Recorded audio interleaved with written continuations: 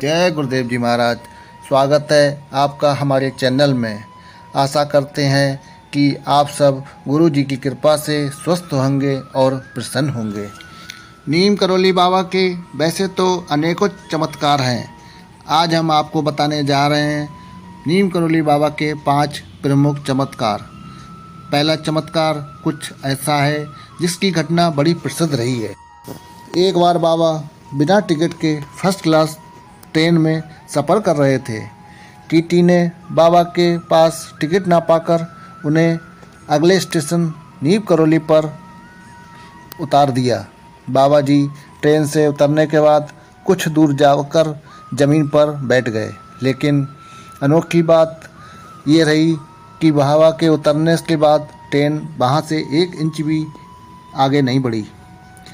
ये बात जब उस क्षेत्र के मजिस्ट्रेट को पता चली, जो कि बाबा जी को भली भांति जानता था, तब उसने उस अधिकारी को बाबा नीम करौली से माफ़ी मांगने और सम्मानपूर्वक ट्रेन में बैठाने का आदेश दिया।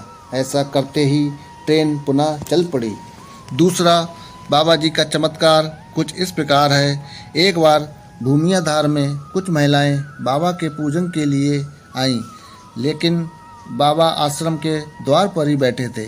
बाबा ने दूर से ही हाथ हिलाकर उन्हें लौट जाने का इशारा किया।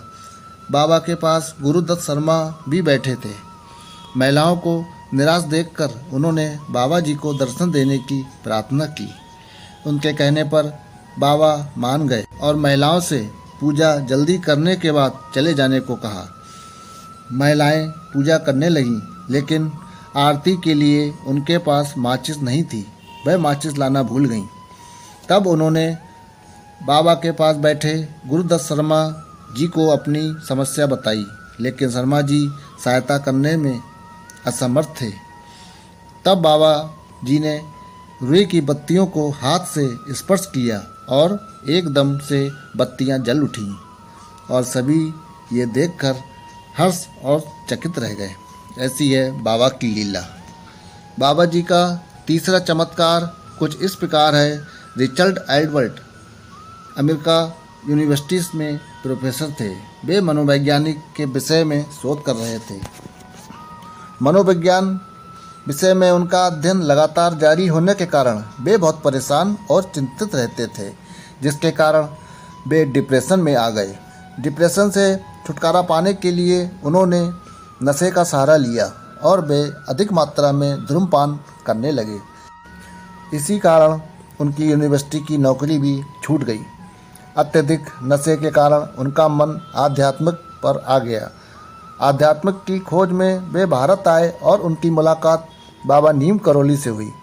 उन्होंने बाबा को साधारण व्यक्ति समझा और परखने के लिए उन्होंने बाबा जी को नशे की गोलियां खाने को दी। बाबा जी भी उनकी सारी गोलियां गटक गए और उनकी गोलियों का कुछ भी असर नहीं हुआ। बाबा ने रिचर्ड से कहा, इन गोलियों के नशे में क्या रखा है? नशा करना है तो भक्ति का करो। उसी दिन से रिचर्ड ने नशा त्याग दिया और बाबा जी को अपना गुरु बनाकर उनसे दीक्षा ली। फिर बाबा जी ने रिचर्ड को एक नया नाम दिया, बाबा रामदास। बाबा जी का चौथा चमत्कार इलाहाबाद का है।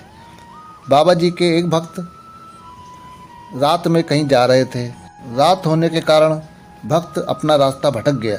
अचानक उसको अंधेरे में एक गुफा दिखाई दी, जहाँ कुछ उजाला हो रहा था। तब भक्त गुफा के पास गया तो उसने गुफा के अंदर महाराज जी को बैठे देखा।